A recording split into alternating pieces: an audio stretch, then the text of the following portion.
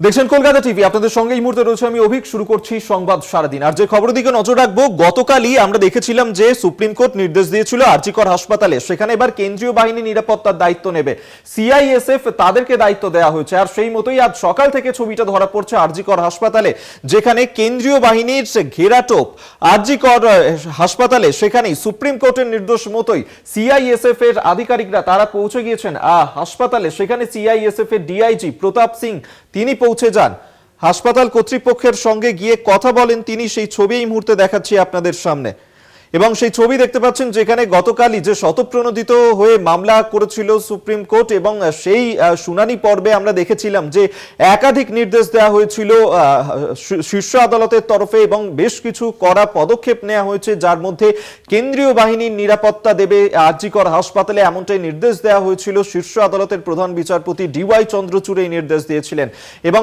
Supreme কোর্টের নির্দেশ মতোই আরজি করে পৌঁছে যান সিআইএসএফ।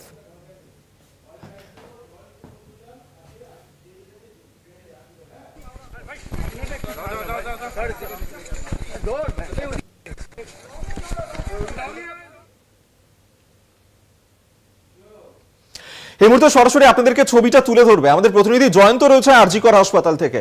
জয়ন্তর সঙ্গে কথা বলবো। জয়ন্ত, যে বিষয়টা তোমার কাছে জানতে চাইবো, গতকালই সুপ্রিম কোর্টের নির্দেশ দিয়েছিল যে এই মুহূর্তে আরজি কর হাসপাতালে নিরাপত্তার দায়িত্ব থাকবে কেন্দ্রীয় বাহিনীর হাতে, সেই মতোই সিআইএসএফ তারা আজকে সকালবেলাতে পৌঁছে গিয়েছেন আরজি কর হাসপাতালে। কি ছবি ধরা পড়ছে সেখানে? দেখো, এই মুহূর্তে আমি রয়েছি যে ওপিডি যে বিভাগ সেখানে রয়েছি, এবং সেখানে কিন্তু ইতিমধ্যে সিআইএসএফ এর যিনি ডিআইজি কে প্রতাপ সিং তিনি কিন্তু প্রবেশ করেছেন।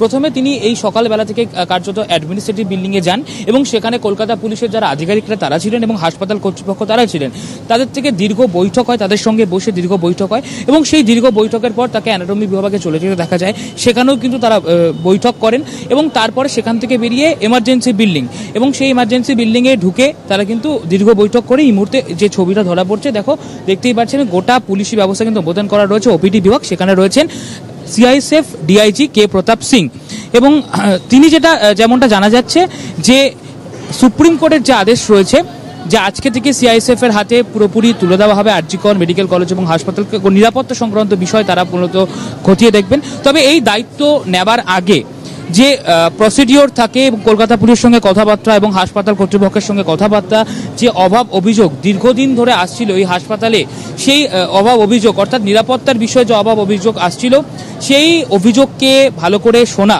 আগে, তারপরে তত্ত্বাবধানে এই যে গোটা হাসপাতাল আরজি কর মেডিকেল কলেজ এবং হাসপাতাল আধা সেনা দায়িত্ব তারা নেবে কলকাতা পুলিশের কাছ থেকে, তার আগে কি কি খুঁটিনাটি বিষয় এই হাসপাতালে রয়েছে সেই বিষয়ে কিন্তু জানছেন এই মুহূর্তে কলকাতা পুলিশের কাছ থেকে সিআইএসএফ এর যিনি ডিআইজি রয়েছেন কে প্রতাপ সিং, এবং হাসপাতাল কর্তৃপক্ষ সঙ্গে রয়েছেন।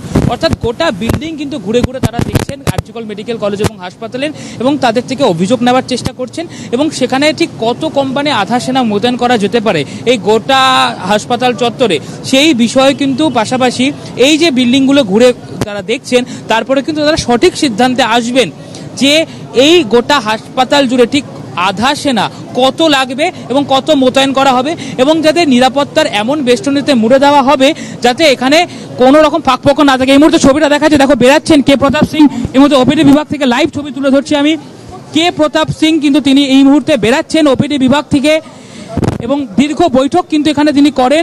মূলত যেটা জানা যাচ্ছে যে প্রায় 15 মিনিটের উপরে কিন্তু তিনি বৈঠক করেন। বৈঠকের পর কিন্তু তিনি এই মুহূর্তে বেরিয়ে যাচ্ছেন। সেই ছবিটা কিন্তু দেখতেই পাচ্ছ সরাসরি। কে প্রতাপ সিং সিআইএসএফ ডিআইজি তিনি কিন্তু বেরাচ্ছেন বৈঠকের পর, এবং তাকে কিন্তু বিভিন্ন বিল্ডিংয়ে কিন্তু আজকে নিয়ে যাওয়া হচ্ছে। এখানে হাসপাতাল কর্তৃপক্ষ রয়েছে। একেবারেই জয়ন্ত সেখান থেকে রয়েছে। জয়ন্ত, আসছি তোমার কাছে। সেই ছবি এই মুহূর্তে দর্শকদের সামনে আরো একবার তুলে ধরছি। দেখতে পাচ্ছেন যেখানে সরাসরি আরজি কর মেডিকেল কলেজ হাসপাতালে সেখানেই পৌঁছে গিয়েছেন সিআইএসএফ এর ডিআইজি প্রতাপ সিং, এবং কিছুক্ষণ আগেই তিনি হাসপাতাল কর্তৃপক্ষের সঙ্গে কথা বলেন, একটি বৈঠক করেন।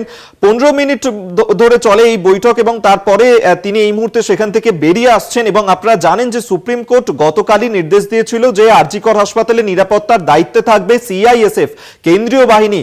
প্রথম থেকে এই দাবি তোলা হচ্ছিল যে রাজ্য পুলিশের ওপরে অনাস্থা প্রকাশ করেছিলেন সেখানকার জুনিয়র চিকিৎসকরা আরজিকর হাসপাতালে, সেখানে সুরক্ষা দিতে পারছে না পুলিশ, নিরাপত্তা নেই, যার কারণে কেন্দ্রীয় বাহিনী মোতায়েন করা হোক সেই দাবি তোলা হচ্ছিল। সুপ্রিম কোর্টও গতকাল এই একই নির্দেশ দিয়েছে, সেই মতোই আজকে সিআইএসএফ তারা পৌঁছে যায়। সিআইএসএফ এর ডিআইজি কে প্রতাপ সিং তিনি এই মুহূর্তে আরজিকর হাসপাতালে রয়েছেন। সরাসরি ছবি আপনাদের সামনে আমরা তুলে ধরছি।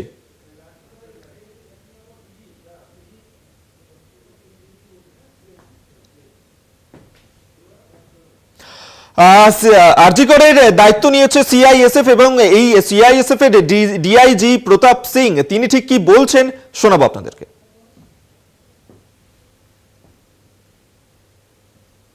Let us do our job. We have come for some job here, assignment. Please let us do our job. Let us finish our job. Then whatever you want to know, our senior officers will brief you. Sir, what?